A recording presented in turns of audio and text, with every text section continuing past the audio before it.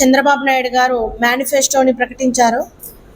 సాధ్యం కాని హామీలు ఇచ్చారని వాళ్ళతో జతగట్టినటువంటి కూటమి పార్టీలే మధ్యలో నుంచి వెళ్ళిపోవడము, వారి చంద్రబాబు నాయుడు గారికి ఆదేశాలు ఇవ్వడం అనేది మనం చూస్తూ ఉంటే ఎటువంటి అమలు కాని హామీలను చంద్రబాబు నాయుడు గారు మేనిఫెస్టోలో పెట్టి మరొకసారి కూడా ప్రజలను మోసపూరితమైనటువంటి హామీలతో అధికారంలోకి వస్తాను అని చెప్పకనే సూచనలు ఇస్తా ఉన్నారు.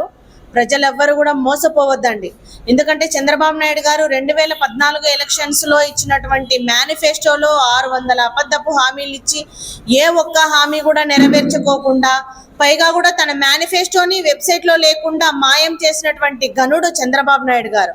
ఆనాడు ఏం చెప్పినారో ప్రతి ఒక్కరికి కూడా తెలుసు. డ్వాక్రా సంఘాల్లో ఉన్నటువంటి మహిళలకు బేషరతుగా రుణమాఫీ చేస్తానన్నారు. ఒక్క రూపాయి కూడా మాఫీ చేయలేదని సాక్షాత్తు అసెంబ్లీలోనూ కూడా చెప్పడం జరిగింది. నిరుద్యోగ యువతకు ఉద్యోగ అవకాశం కల్పిస్తామన్నారు. ఎవ్వరికి కూడా ఉద్యోగ అవకాశాలు కల్పించలేదు. ఎస్సీ, ఎస్టీ, బీసీ మైనారిటీలకు మేలు చేసేలాగా చేస్తామన్నారు. ఒక్కటి కూడా చంద్రబాబు నాయుడు గారు చేసిన పాపాన పోలేదు. మళ్ళీ నిన్నటి రోజున అమలు కాని సాధ్యం కానటువంటి మేనిఫెస్టోని ప్రకటించడం అనేది ప్రజలందరూ కూడా ఆలోచన చేస్తూ ఉన్నారు. ఎందుకంటే జగనన్న ఏదైతే మేనిఫెస్టోలో 2019లో పొందుపరిచి నవరత్నాలు ఇచ్చారో ఆ నవరత్నాలన్నింటినీ కూడా అమలు చేసి ఈ 2024 ఎలక్షన్స్లో ఓటు అడగడానికి పోతా ఉన్నారు. నిజమైన నాయకుడు, ప్రజల నాయకుడు ఎవరంటే జగనన్న అని ప్రజలందరూ కూడా కొనియాడుతూ ఉండడం అనేది చాలా సంతోషించదగ్గ విషయము.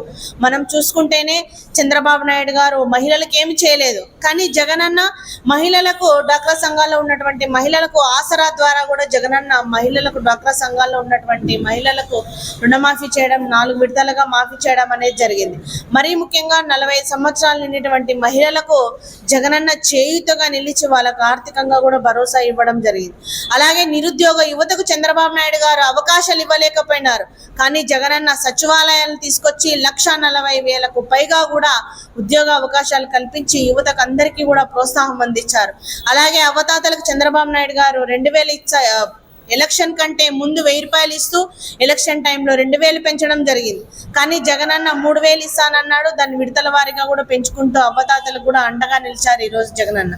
విద్యా వ్యవస్థలోనే విప్లవాత్మకమైన మార్పులు తీసుకొని వచ్చారు జగనన్న.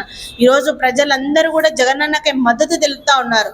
చంద్రబాబు నాయుడు గారు ఈ ఎలక్షన్లో ఇటువంటి అబద్ధపు మేనిఫెస్టో చెప్తేనే వస్తాము, లేకపోతే తెలుగుదేశం పార్టీకి పుట్టగతులు ఉండవనే ఆలోచనతోటేనే ఇటువంటి సాధ్యం కాని, అమలు కాని హామీలని చంద్రబాబు నాయుడు గారు ప్రజల ముందు పెడతా ఉన్నారు. అయ్యా చంద్రబాబు నాయుడు గారు, మీరు చెప్పే బూటపు మాటలు నమ్మడానికి ప్రజలు ఎవరు కూడా సిద్ధంగా లేరు. ఎందుకంటే జగనన్న ప్రజాపాలన చేస్తూ, ప్రజల వద్దకే పరిపాలన చేస్తూ, ప్రజల్లో అనునిత్యము ఉంటూ ప్రజలకు సేవ చేసే నాయకుడు జగనన్న అని ఈరోజు ప్రజలందరూ కూడా సంపూర్ణమైనటువంటి మద్దతు, పరిపూర్ణమైనటువంటి మద్దతు తెలుపుతూ ఈరోజు జగనన్నకు అండగా నిలిచారు. ఈరోజు జగనన్న కూడా మరొకసారి కూడా నవరత్నాలని పెంపొందించుతూ ప్రజల్లోకి తీసుకొని వచ్చారు. దాన్ని ఆ మేనిఫెస్టోని చూసి ప్రజలందరూ కూడా జగనన్న చెప్పినారంటే చేస్తారు. వైఎస్ఆర్ మహిళలకు, డ్వాక్రాలో మహిళలకు 3 లక్షల రూపాయలు సున్నా వడ్డీ ఇస్తామన్నారు. జగనన్న ఖచ్చితంగా ఇస్తాడని మహిళలే చెప్తా ఉన్నారు.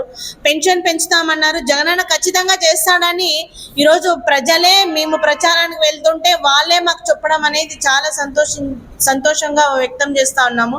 అలాగే ప్రజలందరూ కూడా మీరే ఒకటి ఆలోచన చేసుకోండి. చంద్రబాబు నాయుడు గారు కావాలా, జగనన్న కావాలా అనేది మీరు ఆలోచన చేసుకోండి. మీకు జగనన్న ఒకటే చెప్తా ఉన్నారు, మీకు మంచి జరిగింటే నాకు ఓటు వెయ్యండి అని ధైర్యంగా అడిగే నాయకుడే జగనన్న. మీరందరూ కూడా జగనన్నకు మద్దతు తెలపాలా. అలాగే వైఎస్ఆర్ కాంగ్రెస్ పార్టీ ఫ్యాన్ గుర్తుకు ఓటు వేసి కూడా మీరందరూ మద్దతుగా నిలవాలని కూడా ఈ సందర్భంగా తెలియజేస్తాను.